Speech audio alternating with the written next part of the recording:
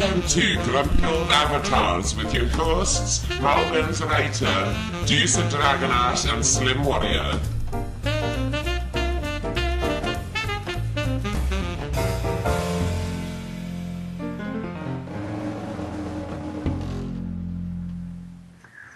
Well, hello everybody and welcome to yet another edition of Grumpy Old Avatars. And if the gossip going around backstage here before we started is anything to go by, you're going to get grumps galore today. Yeah, highly volatile conversation all ready for you. This is the show where we come to you at the end of the week for our sort of slow wind down. We moan, we groan, and we grump. We basically let off steam at the end of the week. And it's all ad-lib, just conversation for the fun and hell of it. So, without further ado, I'd like to welcome my wonderful co-hosts. Firstly, we have Slim Warrior. Hi, Slimmy. Hello. Subdued as ever, but hang on to that moment, folks. You won't get her that quiet and subdued for the rest of the show, I assure you. And Doozer Dragonash, of course. Hi, Doozer. Hello. You wouldn't believe the way they were talking 5 minutes ago, and now they've gone all quiet. Oh, they are being polite to me, aren't they? And we're joined by two wonderful guests. Firstly, she's been a guest on the show before. She is often known as the Gorilla Poetess. Well, that's one of the things she's known as, and I love it. And she's a former editor of the Tribune newspaper and all sorts of things. It's Skylar Smythe, everybody. So welcome, Skylar.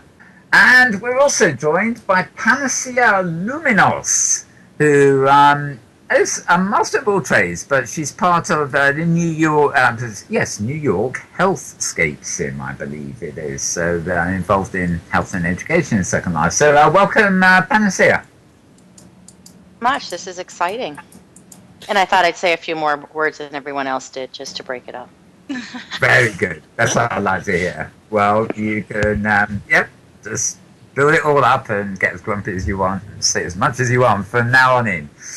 Okay, so I'm going to just hand it over, as I usually do, to Slimmy to let us know what our starting topics are going to be this week. I actually know already, but I'm going to let Slimmy announce it formally because all hell has broken out on the social web today. Over to you, Slimmy. It has indeed. No, my starter topic, not the tarty stopic, as I said earlier, is today about fake names.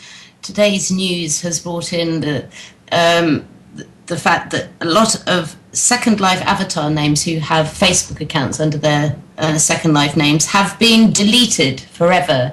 So it doesn't matter who you are, how many contacts you are, if you've got a Facebook account, using your Second Life avatar name, you probably don't have your account anymore. There seems to have been a big purge this morning. So, of course, it's brought in an awful lot of questions to what constitutes a fake name. I mean, we're talking about Second Life names, which are representations of our real life selves, or for many people, such as musicians, it's representation of our brand, of our music, etc. So that was the topic this evening. You know, what constitutes a fake name? What means that you are not real? And you know, why on earth would an avatar name be classed as such, really?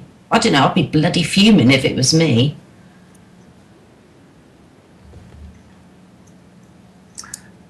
Yes, well, I mean, I maybe I should be grateful. I've always used my RL name, so to speak, on Facebook. Although, actually, given the spam I get from Facebook, maybe it's a shame I'm not an avatar and therefore have not been deleted. But you're quite right. I mean, the list is so long. I wouldn't know where to start when it comes to musicians whose stage names yes, a real name. My name, oddly enough, in RL is not actually my real name. It's been my pen name since I've been about 17, and I've forgotten what the real name is. It really is simply a matter of identity. I think Facebook are probably reacting to the thing of people masking them, hiding their identity between fictional things, but that is not the point at all. Most authors have flashy pen names. Yes, exactly. I didn't even think about that. Yes, writers. Yeah, they sound better on the book cover than a long computer. But since when do you read a book called The Exciting Murder at Styles by Professor H.D.N. Babahoom hyphen. But it's a nickname that you're commonly known as, isn't it? I mean, because I will confess here on air, live and publicly, that my real life name is also a nickname, but I've had it for so long that, yeah, it's probably like you, I can't really remember my proper name. However, when does, let's say, a second life name become a nickname, something that you are known as in real life? Because I mean, many of us, we've been to lots of Second Life meetups, haven't we? And we use the nickname. Sometimes I find it very hard to meet people that I've met through Second Life. I find it very hard to call them by their real life name because I can't remember, but I remember their avatar name. Between you and me, I had we had a little lunch with Dooza today, and I wouldn't have occurred to call her anything but Dooza. She is Dooza. Are you Dooza? I am Dooza. And I am sick to death, sick of the half-witted. Those people whose real lives are so bloody boring they want us all to join in with them. Yes, agreed. That's what I'm sick of. So they've got to bring everybody else down to the same level. Oh, we've all got to be real. Dear God in heaven, one of the biggest fakes in Second Life has got on their profile, we've got to be real. You know. It Now doesn't, you know we're all wondering who that is, right? yeah, well, it doesn't have to take a huge leap of imagination. As you've just said, Mal, there are writers, there are artists, there are actors. All right, tell me this. Tell me just this, if I can find it, because I can never remember it. It's so long. Okay, here we go. Morris Joseph Micklewhite. Has he got a Facebook page? He probably has, but it won't be under that name. No, I don't it'll know. be under Who's Michael that then? Caine. Go on then. It'll be under Michael Caine.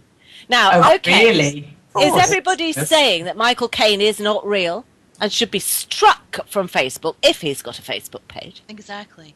Is that what they're saying? Because you are half-witted, you folk. And Lady Gaga. It doesn't guarantee you safety. And if you don't want to talk to people who are called Douglas Dewdrop, don't talk to them. Don't make friends with them. Just leave them alone to live their own lives. They're perfectly happy. I'm not cross. I mean, we've often had this debate in World here in Second Life, where it started with this rather fake, in my opinion, thing of the augmentalist versus the immersionist, because it's all immersion anyway. You have to. That's a skill.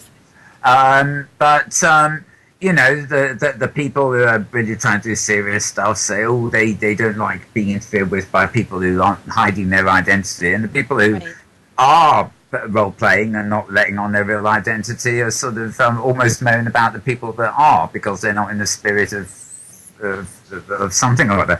And these debates always seem to go on, but I mean, to me, they can be side by side. You've got your real name, you've got your brand name, maybe your avatar name is even different from that. I think it's also very obvious from those Second Life avatars that we've got as friends or fans on our Facebook pages. It's very obvious what they do within that virtual environment. I mean, they're social, or they have a business, or, I mean, Jana Kaya Moon, for instance, she's a musician and she's been doing it for a long time, and we all know what she does. I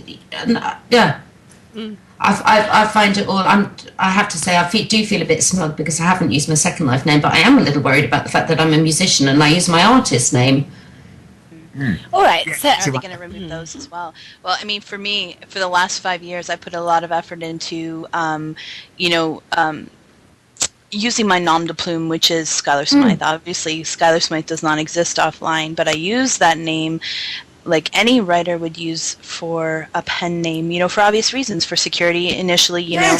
When I was writing erotica, the last thing I wanted to say is, hello, my name is Lori something something, and please come knock on my door, you psychopath. You know what I mean?